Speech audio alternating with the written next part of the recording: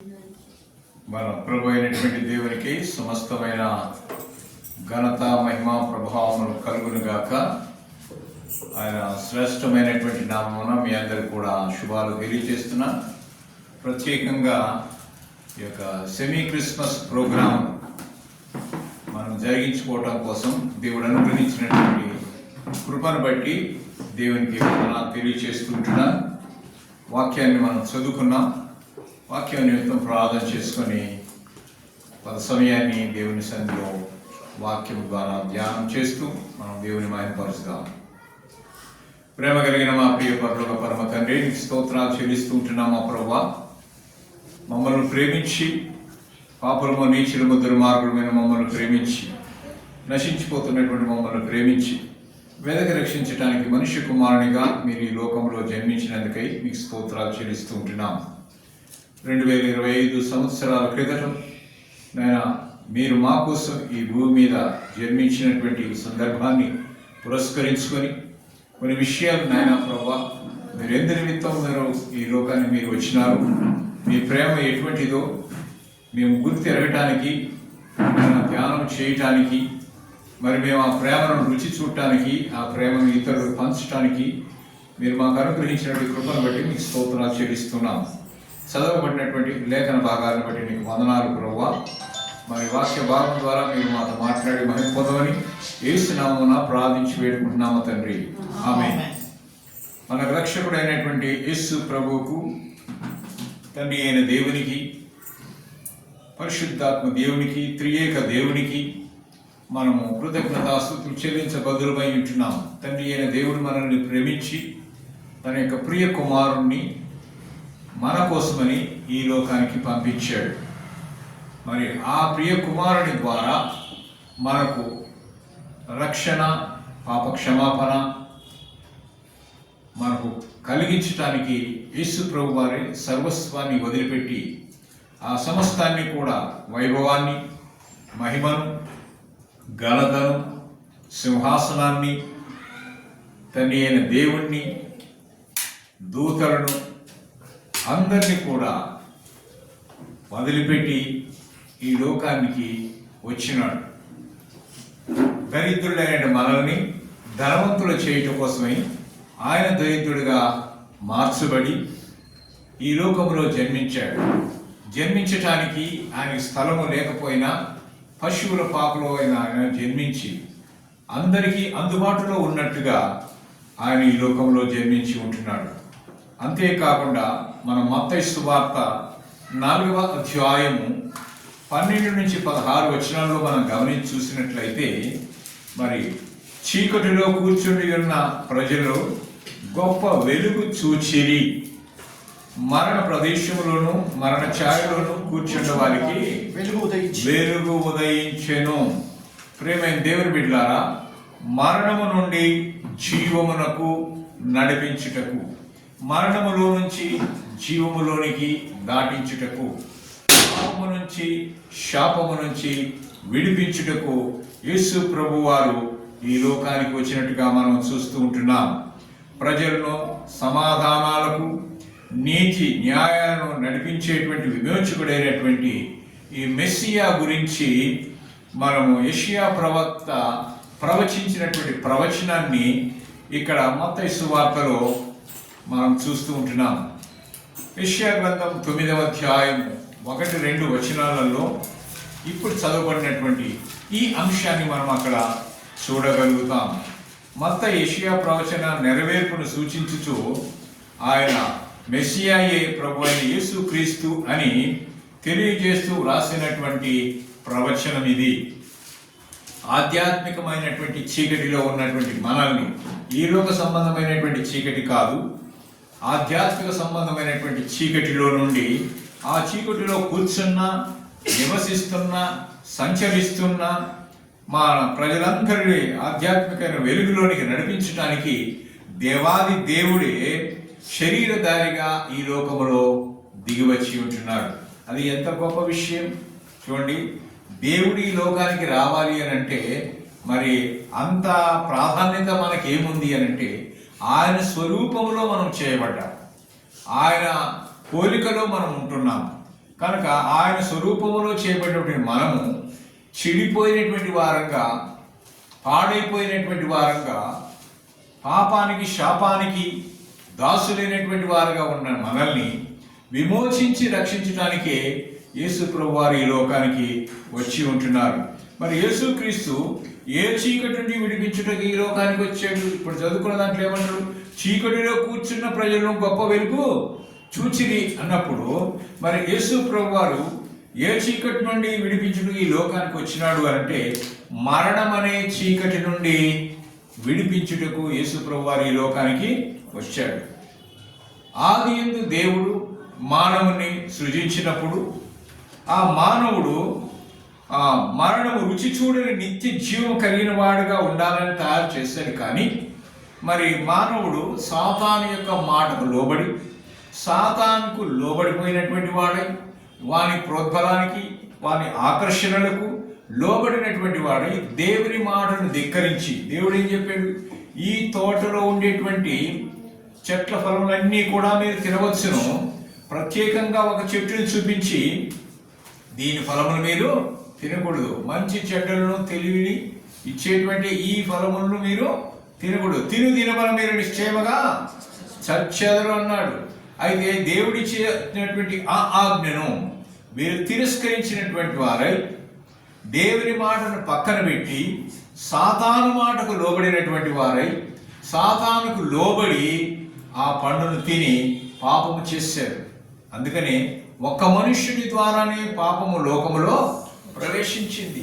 రోమిలికి రాసినటువంటి పత్రిక 5వ అధ్యాయం 12వ వచనంలో మనం చూస్తున్నాం, ఇట్లుండగా ఒక మనుష్యుని ద్వారా పాపము ద్వారా మరణమును లోకములో ప్రవేశించను. చూసేయండి, మరి అందరూ పాపము చేయటం బట్టి అందరూ కూడా పాపులైపోయారు కదా. అందువల్ల మరణము అందరికీ కూడా సంప్రాప్తమైంది. చూడండి, ఈ మరణము ఎలా వచ్చిందంటే అవిధేయతను బట్టి వచ్చింది. అవిధేయత. ఈనాడు చాలా మంది కూడా విధేయులుగా ఉండటం లేదు, పిల్లల తల్లిదండ్రులకు విధేయులుగా ఉండటం లేదు. ఏమండి, అధికారులకు పనిచేసే కింద ఉండేటువంటి వారు కూడా సరైన విధంగా విధేయులుగా ఉండటం లేదు. దేవుని మాటను కూడా వినకుండా అవిధేయులుగా ఉంటూ ఉన్నారు. ఆజ్ఞాతిక్రమమే పాపము అని దేవుని వాక్యం సెలవిస్తుంది. చెప్పిన మాటను వినకపోవడమే పాపం. కనుక మనము దేవుని మాటను వినకపోతే పాపం చేసినటువంటి వారం అయిపోతున్నాం. అందుకనే ఆదాము అవ్వలు దేవుని మాటను వినకుండా వారు పాపం చేశారు. కనుక వారు చేసినటువంటి పాపమును బట్టి, వారు చేసినటువంటి అతిక్రమమును బట్టి ఆ పాపము అందరికి కూడా చుట్టుకుంది. కనుక ప్రియమైన దేవుని బిడ్డలారా, మరి మరణములో నుంచి జీవములోనికి దాటించడానికి, ఆ యొక్క పాప శాపం నుంచి విడిపించడానికి యేసు ప్రభువారు ఈ లోకానికి వచ్చినారు.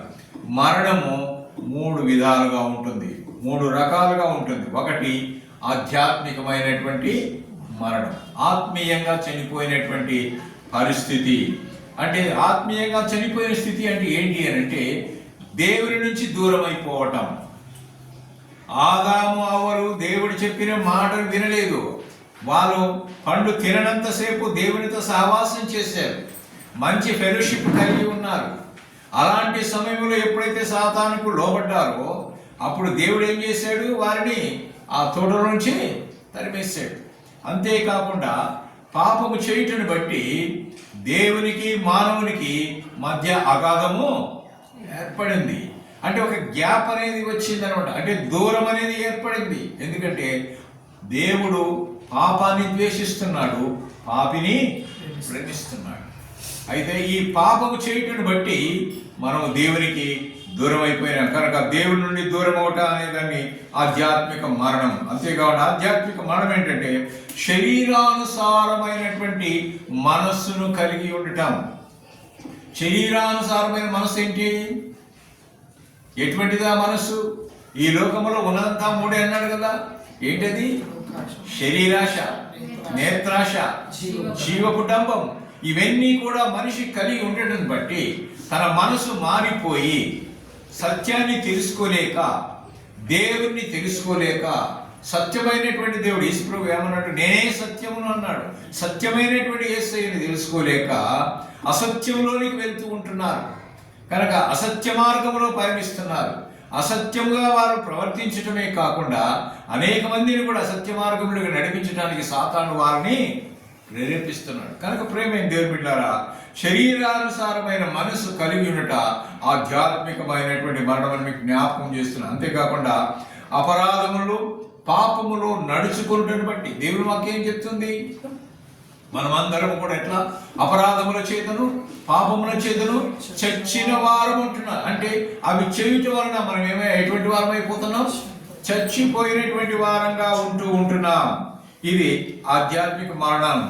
ఆధ్యాత్మికమైనటువంటి అజ్ఞానము కలిగి ఉండటం వల్ల కూడా దేవునికి మనము దూరం అయిపోతున్నాం. ఎఫెసీయులకు రాసిన పత్రిక 4వ అధ్యాయం 18వ వచనం.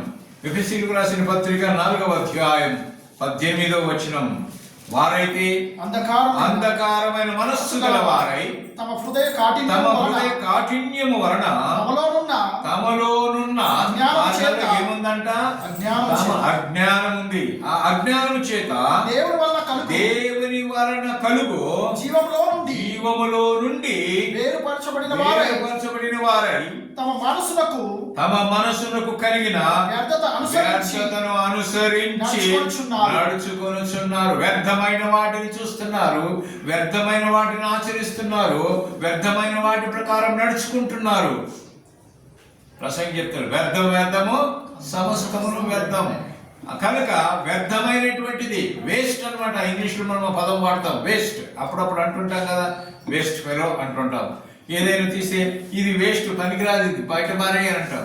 అంటే మనము వేస్ట్ అయినటువంటి వ్యర్థమైన వాటిని మనం ఆచరిస్తున్నాం, వ్యర్థమైన వాటినే మనం ప్రేమిస్తున్నాం, వ్యర్థమైన వాటి వెంటనే మనం పడుతూ ఉంటున్నాం. కనుక వ్యర్థమైనటువంటి వాటిని కలిగి ఉండడానికి కారణం ఏంటంటే మనలో ఏముంది? అజ్ఞానం ఉన్నది. అంటే దేవుని జ్ఞానం అనేది లేదు. కనుక ఆ అజ్ఞానం వలన దేవుణ్ణి తెలుసుకోలేకపోతూ ఉంటున్నాం. ప్రియమైన దేవుని బిడ్డలారా, ఆధ్యాత్మిక మరణం అంటే అజ్ఞానము కలిగి ఉండటం. అంతేకాకుండా ఆధ్యాత్మిక మరణం ఏంటంటే అవిశ్వాసము కలిగి ఉంటాం. మనం అనేక సార్లు దేని కూడా నమ్మం. సొంత భర్తనే నమ్మం, సొంత తల్లిని నమ్మం, సొంత బిడ్డలనే నమ్మం. అవునా కదా? కొన్ని సందర్భాలలో ఏం చేస్తారో ఏమవుతుందో అనే కొన్నిసార్లు మనమే నమ్మము. పొద్దున్న లేస్తారో బతుకుతారో లేదో అని చెప్పేసి రాత్రి నిద్రపోకుండా కూర్చుంటారు కొంతమంది కదా. అంటే వాళ్ళకి ఏంటి? అనుమానం అంటాం కదా, అప్పుడప్పుడు అంటుంటాం, నువ్వు అనుమానం పుట్టిన తర్వాత నువ్వు పుట్టేవంటాడు. ఫస్ట్ అనుమానం పుట్టిన తర్వాత నువ్వు పుట్టేవాట. అంటే అనుమానం అనేది ఎటువంటిదంట? పెనుభూతము లాంటిది. అది భూతములాగా నేను వెంబడిస్తుండే. ప్రతిదానికి అనుమానమే. తింటే ఏమైపోతుందో, తాగితే ఏమైపోతుందో, నేను బయటికి పోతే ఏమైపోతానో, ఇంటికి వస్తే ఏమన్నా అయిపోతానో, పడుకుంటే లేస్తానో లేదో. అవునా? ప్రతి ఒక్కటి అనుమానం. అంటే అవిశ్వాసం అన్నమాట.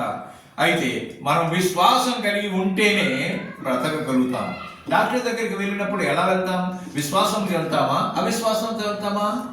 విశ్వాసంతో వెళ్తాం. ఎందుకు? ఆయన చేయి పట్టుకున్నా, ఆయన మందులు ఇచ్చినా, ఆయన ఇంజెక్షన్ చేసినా నాకు తప్పకుండా ఏమవుతుందని, స్వస్థత కలుగుద్దని, ఆరోగ్యం చేకూరుతుందని నమ్మకంతో మనం వెళ్తాం. ఆ నమ్మకానికి పర్యాయ పదం ఏంటి? విశ్వాసం. అయితే ఆ విశ్వాసం మనలో లేదు. కొన్నిసార్లు దేవుని విషయంలో మనం అవిశ్వాసులుగా ఉంటున్నాం. విశ్వాసులుగా మనం ఉండాలని రక్షించబడినటువంటి వారికి టైటిల్ ఏం పెట్టబడింది? విశ్వాసులు అని. ఇప్పుడు మనం అందరము ప్రభువుని అంగీకరించినటువంటి వారు మనం విశ్వాసులమా, అవిశ్వాసులమా? విశ్వాసులం. అంటే విశ్వాసము కలిగినటువంటి వారు. కానీ విశ్వాసము లేకుండా దేవునికి ఇష్టడై ఉండట అసాధ్యం. నీవు దేవునికి ఇష్టడిగా ఉండాలంటే దేవుని మీద నీకు విశ్వాసం ఉండాలా. ఆయన దేవుడు, ఆయన సర్వంతర్యామి, ఆయన సర్వోన్నతుడు, ఆయన సర్వవ్యాపి, ఆయన సర్వశక్తిమంతుడు, ఆయన సర్వం చేయగలిగినటువంటి వాడు. ఏదైనా కానీ ఆయనకు అసాధ్యమైనది లేదు. ఉన్నది లేనట్టుగా, లేనిది ఉన్నట్టుగా చేయగలిగిన విశ్వాసం నీకు ఉండాలి. కనుక ఆ విశ్వాసం మనలో ఉండాలి. యేసు ప్రభు వారు దేవుడని నీవు నమ్మగలిగితే నీవు జీవిస్తావు. కనుక ప్రేమైన దేవుడు బిడ్డ నమ్మకంటే యేసు ప్రభు దేవుడా? దేవుడే అంటే సరిపోదు. యేసు ప్రభు వారిని ఏం చేయాలి? మన హృదయంలో ఆహ్వానించాలి. మన హృదయంలోనికి ఆహ్వానించినప్పుడే అసలైన క్రిస్మస్. మన హృదయంలో యేసు ప్రభు వారు జన్మించినప్పుడే అసలైన క్రిస్మస్ కదండి. కనుక అది నువ్వు తెలుసుకునే వారుగా ఉండాలి. యోహాను సువార్త 3వ అధ్యాయం 36వ వచనంలో మనం చూస్తున్నాం.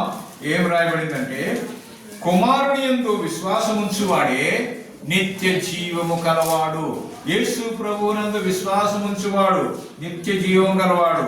కుమారునికి దేవుడు కానివాడు జీవము చూడడు గాని దేవుని ఉగ్రత వాని మీద నిలిచియుండును. కనుక నీవు దేవుని అంగీకరించకపోతే, దేవుని మాటకు లోబడకపోతే, ఆయనే రక్షకుడని విశ్వసించకపోతే దేవుని యొక్క ఉగ్రత నీ మీద ఉంటుంది. కనుక ఈ అవిశ్వాసం వలన దేవుని నుంచి మనము దూరం అయిపోతున్నాం. కనుకనే దీన్ని ఆధ్యాత్మిక మరణం అంటాం. అంతేకాకుండా ఆధ్యాత్మిక మరణానికి ఇంకోటి గుర్తు ఏంటంటే, సుఖభోగములు కలిగి జీవించటం.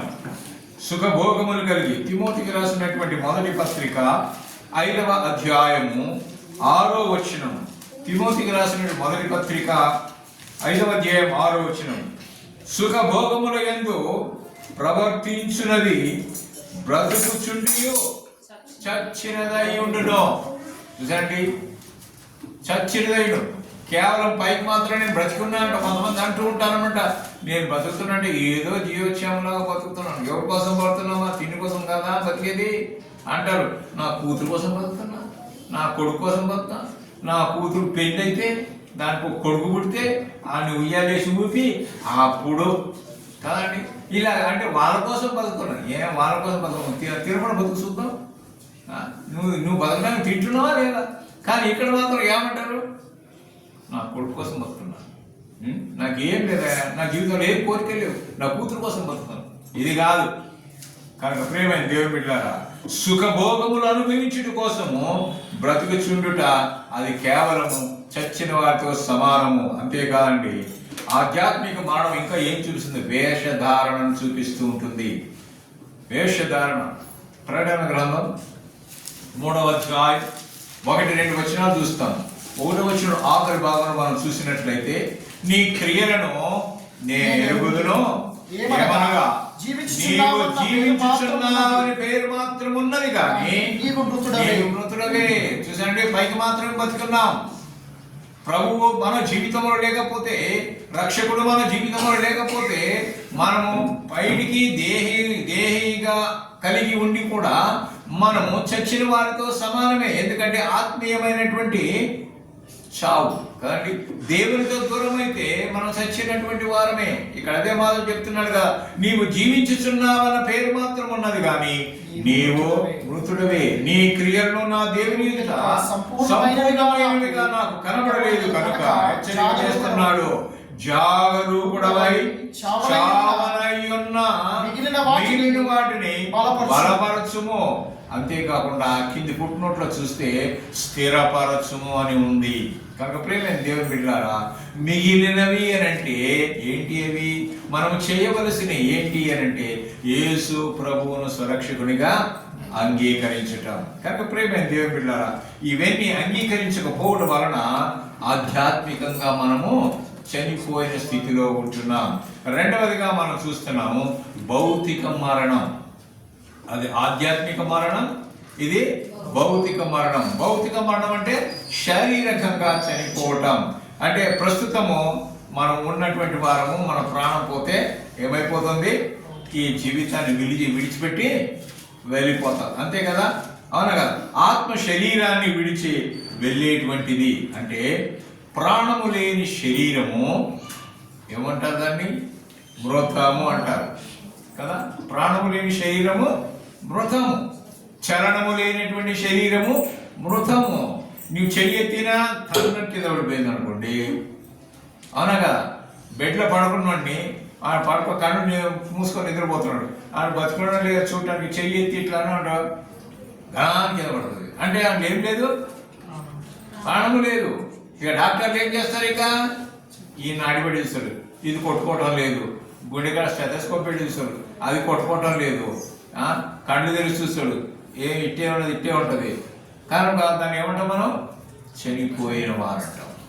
చనిపోయాను. యాడిపోయారు? పైకి. ఏ పైకి? చనిపోయి లేక చనిపోయాను కదా. చనిపోయాను. ఎక్కడికి పోయాను? ఎక్కడికి పోయాడంటే వచ్చిన స్థలానికే వెళ్ళాలి. ఆ స్థలం 2 ఉన్నాయి. ఒకటి పరలోకము, ఒకటి నరకం. ప్రభువు నమ్ముకుంటే పరలోకము, ప్రభువు నమ్ముకోకపోతే నరకం. 2 స్థలాలు. మరి ఆ 2 స్థలాలు మనకు కనిపిస్తూ ఉంటాయి. ఎంతోమంది సువార్తలో చెప్పబడుతున్నారు కదా, చెప్తూ ఉంటున్నారు, హెచ్చరికలు చేస్తున్నారు. అయ్యా, ప్రభువుని నమ్ముకుంటే పరలోకం, నమ్ముకోకపోతే నరకం పోతారు కనుక మారు మనసు పొందండి, పశ్చాత్తాపడండి, మీ జీవితాన్ని మార్చుకోండి, మీ బ్రతుకును మార్చుకోండి, మీ తలంపులు మార్చుకోండి, మీ ఆలోచనలు మార్చుకోనండి. ఇవన్నిటిని కూడా ఏం చేసేది ఉంది అని అంటే కేవలం మనసు మార్చుకోవడమే. వేషం మార్చుకోవటం కాదు, డ్రెస్సు మార్చుకోవటం కాదు, కుల మతాలు మార్చుకోవటం కాదు, కానీ మనసు మార్చుకోవటం. మనసు మారాలి. పాట పాడుతుంటాం, మారాలి మారాలి నీ మనసే మారాలి. అంటే మనసు మారాలి అంటే మన మనసులో ఏముంది? చెడు అనేది ఉంది. ఈ చెడు వదిలిపెట్టాలి. పాపం అనే రోగంతో మనం కొట్టుమిట్టాడుతున్నాం కనుక ఈ పాపము నుంచి, శాపం నుంచి విడిపించబడటానికే యేసు ప్రభువారు ఈ లోకానికి వచ్చారనమాట. ప్రియమైన దేవుని బిడ్డలారా, మరి ఈ శరీరము ఏమైపోతుంది? ఒక రోజున మట్టిలో కలిసిపోతుంది. కనుకనే దీన్ని భౌతిక మరణం అంటున్నాం. చూడండి, మరి ప్రసంగి గ్రంథం 12వ అధ్యాయం 7వ వచనం. ప్రసంగి గ్రంథం 12వ అధ్యాయం 7వ వచనం. మన్నైనది వెనుకటి వలనే మరలా భూమికి చేరును, ఆత్మ దాన్ని దయచేసిన దేవుని యొద్దకు మరలా పోవును. చూసారండి, ఎప్పటికైనా కానీ మనం ఈ లోకమును వదిలిపెట్టుకోవాల్సిందే. చనిపోయిన పాట పాడతాం కదా. ఏం పాట పాడతాం? పరదేశులమో ప్రియులారా, మన పురమేది కాదు అంటాం కదా. పరదేశులం, అవునా కదా. అంటే పరాయి దేశస్థులము అని. అంటే మన దేశం అది, ఈ దేశం కాదు. ఇక్కడ చాలా మంది హైదరాబాద్లో బతకడానికి వస్తారు. ఎక్కడి నుంచి వస్తారు? వేరే ప్రాంతం నుంచి వస్తారు. వేరే ప్రాంతం నుంచి వస్తే వాళ్ళు పరదేశులు అంటారా కాదా? మనం ఇక్కడ నుంచి వేరే దేశానికి, అమెరికానో, ఆస్ట్రేలియానో, కెనడానో ఎక్కడో పోయినామంటే అక్కడ మనం ఏమంటాం? మనం వాళ్ళకి ఏంటి? పరదేశులు. వాళ్ళు ఇక్కడికి వస్తే వాళ్ళు పరదేశులు. అంటే వాళ్ళు కొన్ని రోజులు అయిన తర్వాత వాళ్ళ దేశం కొన్ని వెళ్ళిపోవాల్సిందే కదా. అలాగనే మనము కూడా ఎక్కడి నుంచి వచ్చామో అక్కడికి మనం తిరిగి వెళ్ళవలసింది. మన ఆత్మ ఎక్కడి నుంచి వచ్చింది? దేవుడు దగ్గర నుంచి వచ్చింది కనుక దేవుడి దగ్గరికి వెళ్ళాలి. కానీ వెళ్ళకుండా మధ్యలో ఆటంకం వస్తూ ఉంది. ఆ ఆటంకమే సాధారణ తీసుకొచ్చి వెళ్ళకుండా పక్కదారిని తప్పిస్తూ ఉంది. ఆ పక్కదారిని తప్పించే దాని నుంచి మనం సరి చేయటానికి చూడండి, అందుకోసం యేసుప్రభు వచ్చాడు. మనమందరమును గొర్రెల వలె త్రోవ తప్పిపోతిమి అంటాడు. ప్రతివాడును తనకిష్టమైన మార్గమునకు తొలగిపోయాడు. కనుక మనల్ని సరైన మార్గంలోకి పెట్టడానికి, సరైన విధంగా మనల్ని సరి చేయటానికి ఆయన తన ప్రాణమునే అర్పించడానికి ఆయన ఈ లోకానికి వచ్చినాడని మీకు జ్ఞాపకం చేస్తున్నాను. అంతేకాకుండా మూడవది మనం చూస్తున్నాం, రెండవ మరణం. మొదటిది ఆధ్యాత్మిక మరణం, రెండవది భౌతిక మరణం, మూడవది రెండవ మరణం. ఈ రెండవ మరణము శాశ్వతంగా ఉండేటువంటిది.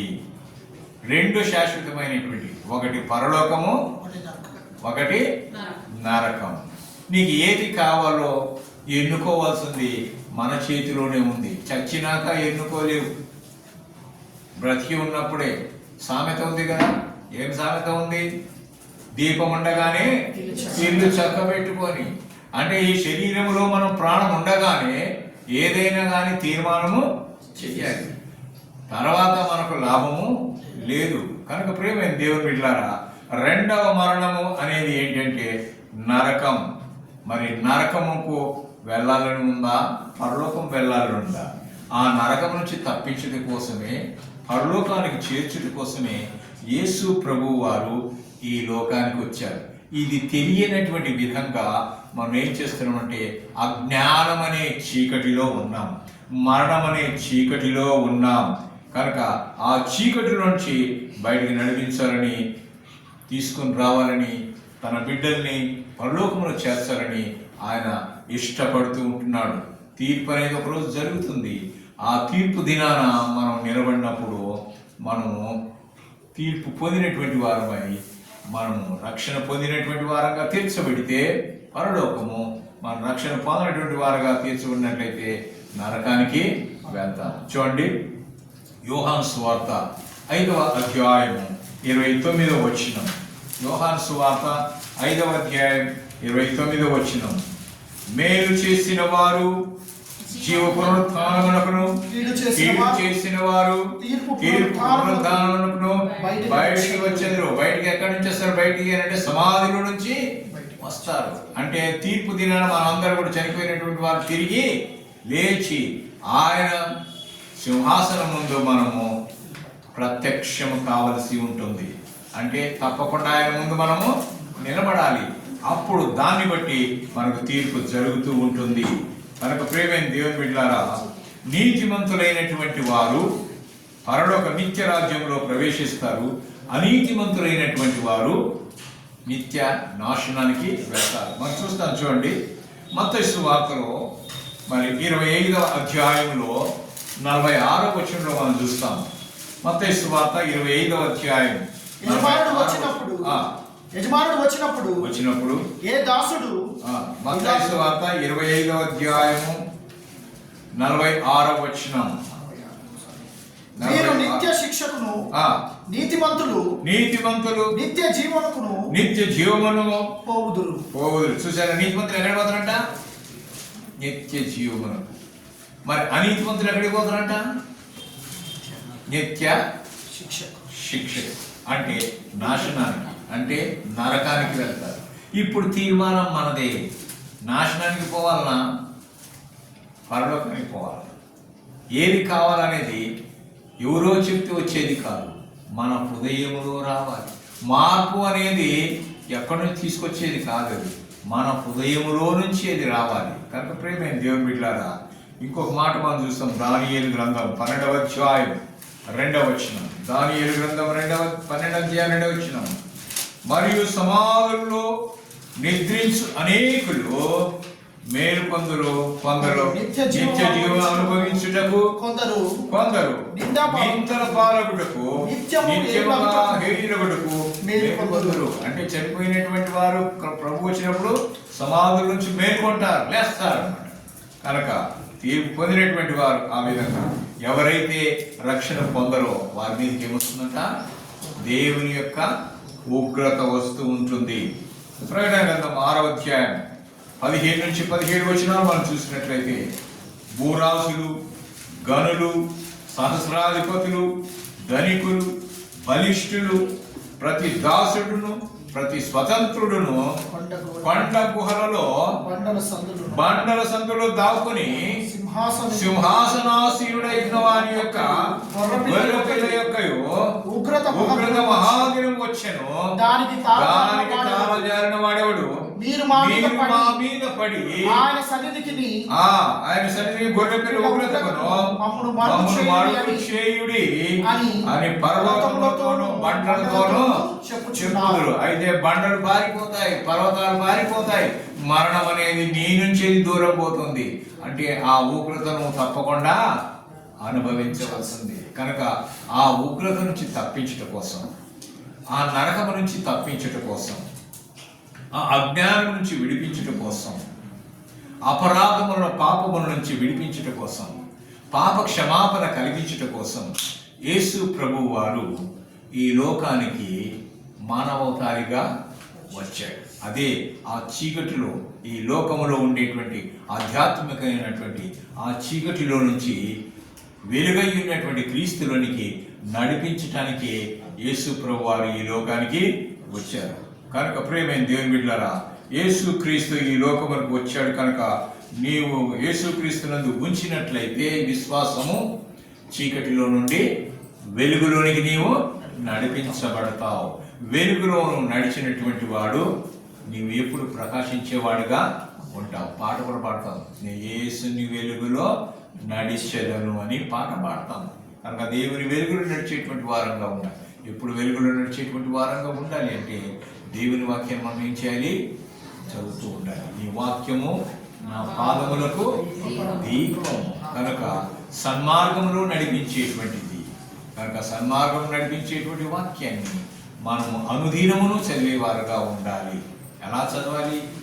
యెహోవా ధర్మశాస్త్రం నందు ఆనందించుచు దివారాత్రము దానిని ధ్యానించువారుగా ఉండాలి. ఆ వాక్యం మనల్ని సరిచేస్తుంది. యవనులు దేని చేత తమ నడకను శుద్ధి చేసుకుందుకంటే నీ వాక్యమును జాగ్రత్తగా చూసుకున్నట్టు చేయాలి. కనుక వాక్యాన్ని దినమును చదవాలి. మన ఆధ్యాత్మికమైన జీవితాన్ని బలపరుచుకోవాలి. విశ్వాసములు మన ముందుకు ఎదగాలి. రక్షణ పొందనటువంటి వారు ఎవరైతే ఉన్నారో వారు మారు మనసు పొందటానికి దేవుడు మరి యొక్క అవకాశాన్ని ఇస్తున్నాడు. ఈ యొక్క సెమీ క్రిస్మస్ ఈరోజు జరిపించుకుంటున్నాం. రేపు క్రిస్మస్ రోజు ఉంది. మరి క్రిస్మస్ రోజున లోకంలో ఉండేటువంటి వారు ఎంతమంది క్రిస్మస్ను చూస్తారో తెలియదు, ఎంతమంది క్రిస్మస్ను చూడకుండా పోతారో తెలియదు. కనుక మన యొక్క జీవితము అశాశ్వతమైనది. శాశ్వతమైన లోకంలో ప్రవేశించాలంటే అశాశ్వతమైన లోకంలో ఉన్నప్పుడే తీర్మానం చేసుకోవాలి. కనుక మనము మన జీవితాన్ని మార్చుకోవటానికి ఆ దేవుడు సహాయం చేయునుగాక. ఆమేన్. ఆమేన్.